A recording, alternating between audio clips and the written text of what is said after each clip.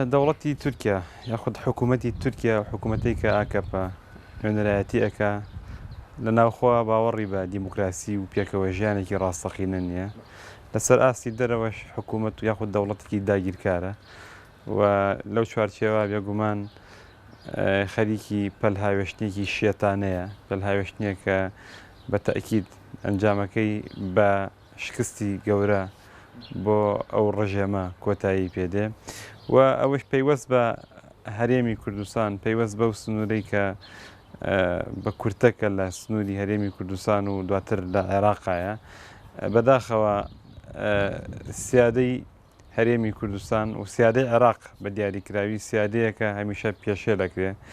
لەبەر ئەوەی چ لەسەر ئاستی هەرێمی کوردستان بە تایبەت و لە ئاستی عێراقیشە حکوومەتێکی بەهێز نییە و ئەتوانین بڵێن لە ئاستی هەرێمی کوردستانە بەشێک لە هێزەکان ئەسڵەن هاوکار و پشتیوانی سەرخستنی ئەجەندای دەوڵەتی تورکیان و هەندێک جار چاوساغ و یاخود با بڵێن چاوساغیان بۆکەن و هەلکێشیان بۆ ئەکەن و ئەمەیەوە ئاکاتە هەموو جارێ دەوڵەتی تورکیا جەرائەتی ئەوەی هەبێ زاتی ئەوە بکە ئەم تاوانانە دووبارە بکاتەوە و بە تەئکید ئەو پاساوانەی کە قسە لەسەرەوە ئەکرێ هێزی تر لەو ناوچانە هەن ینی ئەزمون سەلماندوێتی هەموو قوربانەکان هاوڵاتین و هەموو زیانەکان بەر هاوڵاتی ئەکەوێت و ژینگەی هەرێمی کوردستان هاوڵاتی ئینسانی ئەم وڵاتە شەهید دەبێ و ژینگەی ئەم وڵاتە وێران نەبێ و ئیهانەی گەورەیە بە ئەگەر شتێکە بێ بە ناوی حکوومەت و سیاست و حیزب لە هەرێمی کوردستانە ئیهانەی گەورەیە بە ئەمانە حکوومەتی هەرێم پەیامی حکوومەتێکە کە نوێنەرایەتی هاوڵاتیەکانی خۆی ناکات نوێنەرایەتی سیاسەتی وڵاتێکی ترەکە و ناوەڕۆکی پەیامەکە ئاماژەیە بۆ ئەوەی لە داهاتووشە ئەگەر ئەم حکوومەتە و ئەگەر ئەم سیاسەتی ئێستا بەرقەرار بێ لە هەرێمی کوردستانە ئەگەری دووبارە بوونەوەی ئەو هێرشانە هەیە لەلایەن دەوڵەتی تورکیاوە ینی چونکە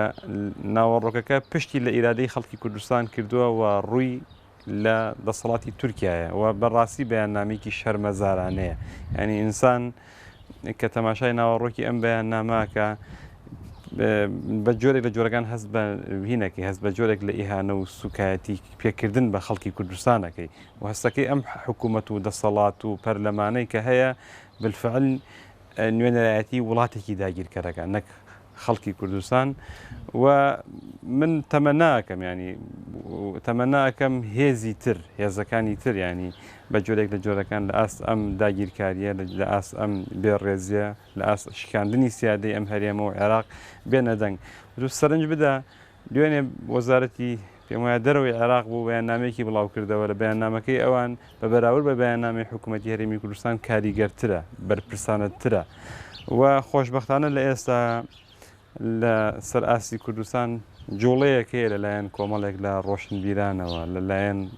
چالاکانی مەدەنیەوە بە ئاڕاستەی دەنگ هەڵبڕین بە ئاڕاستی قبول نەکردن بە ئاڕاستی پەنابردن بۆ لایەنەکان کە هەڵوێستیان هەبێت و لەو چوارچێوە خۆشبەختانە ئەمەوێت تەئکید لەسەرەوە بکەم ئەمڕۆ لە پەرلەمانی کوردستان نوێنەرایەتی ئەو کەمپینەوە هەزاران واژویان کۆ کردوێتەوە و لە ڕۆژانی داهاتووشە پلان هەیە سەردانی پەرلەمانی عێراق بکەن واتە تەنیشتی ئەوەی کە حکوومەتێکی بێدەنگی لاواز و زەلیل لە بەرامبەر داگیرکاری دەوڵەتی تورکیا هەیە بەڵام ئیرادەیەکی گەلی هاوڵاتیان بۆ ڕوبەڕووبوونەوەی ئەم هێرشانە هەیە ئەزمموی پەلکێشکردنی با بڵێن هێزەکانی داگیرکەر و ئەزمموی ڕادستکردنی خاکی کوردستان بە داگیرکەر ئەزمونێکی تازە نییە پێشتر لەلایەن حیزبەشێک لە حیزبە کوردستانەکانەوە ئەمە کراوە و لە ئێستاشا بە دیاریکرایی بە حکمی ئەوەی لە بینی پارتی دیموکراتی کوردستان و با بڵێن حیزبەکەی ئەردۆگان یاخود خێزانی ئەردۆگان بەرژەوەندێکی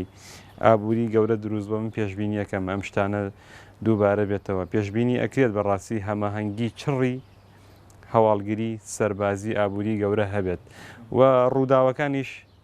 ئەمەمان بۆ سەلمێنن کە ینی دەستڕاگەیشتنی دەوڵەتی تورکیا بە هەندێک شوێن ئەگەر هێزێکی خۆجێی نەبێت ئەمە زەحمەتە ئەگەر هاوکاریەکی خۆجێی لەلایەن بەشێک لە هێزە کوردیەکانەوە نەبێت کارێکی زەحمەتە و ئەمە لە ڕاستیە جۆرێکی ترە لە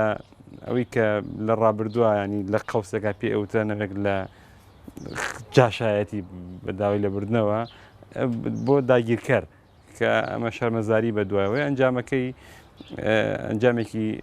بەڕاستی بۆ ئەو لایەنانەی کە ئەوە ئەکەن ئەنجامێکی شەرمەزارکەرانە بێت. ئەو هێزانەی تر کە لە ئێستا لە ئەرزی واقعا هەن لە هەرێمی کوردستانە هێزێکن ئیرادەی ڕوبەڕووبوونەوەی هێرشی داگیرکارانیان نییە و هێندەی هێزێکن کە نوێنەرایەتی ئەو حیزبانە ئەکەن یاخود پارێزەری بەرژەوەندی ئەو شخص و حیزبانن کە خاوەنی هێزەکانن هێندە پارێزەری بەرژەوەندەکانی خەڵکی کوردستان نین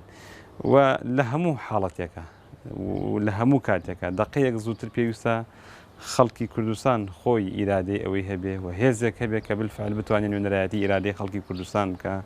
و بتوانێت بەرژەوەندەکانی خەڵکی کوردستان لە داگیرکەران بپارێزێت و هێزێک لەم چوارچێەوە بە پێویستی ئەزانم جا خۆخۆزگا هێزەکانی پێشمەرگە و بیان توانای ئەمڕۆڵە بگێڕن و باقی هێزەکانی تر ئەمڕۆڵە بگێڕن بەڵام دیارە فەراغێکی ئەجگار گەورە هەیە بە هیوای ئەوەی کە هێزێک دروست بێت کە نوێنەرایەتی ئیرادەی خەڵک بکە.